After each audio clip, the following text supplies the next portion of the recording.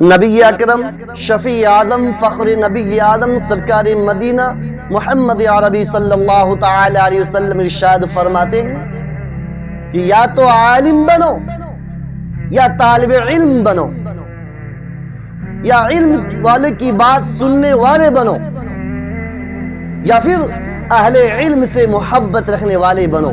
میرے آقا نے 4 قسم کی باتیں فرمائی، عالم بنو، طالب علم بنو، علم والے کی بات سننے والے بنو، اہل علم سے محبت رکھنے والے بنو۔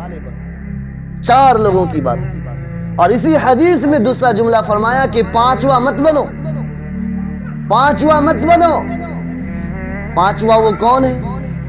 جو اہل علم سے نفرت رکھتے ہیں، بغاوت رکھتے ہیں، عداوت رکھتے ہیں، دشمنی رکھتے ہیں، بغض رکھتے ہیں، اہل علم سے کینہ رکھتے ہیں، اہل علم سے بیر رکھتے ہیں، اہل علم کی عزت کو پامال کرتے ہیں، اہل علم کی چغل خوری کرتے ہیں، اہل علم کی غیبت کرتے ہیں، اہل علم پر بہتان باندھتے ہیں، تہمت لگاتے ہیں، الزام تراشی کرتے ہیں، اہل علم کی عزت کو پامال کرتے ہیں، اہل علم کا مذاق اڑاتے ہیں۔ اللہ کے پیارے نبی نے ارشاد فرمایا کہ 5واں مت بنو، 5واں مت بنو۔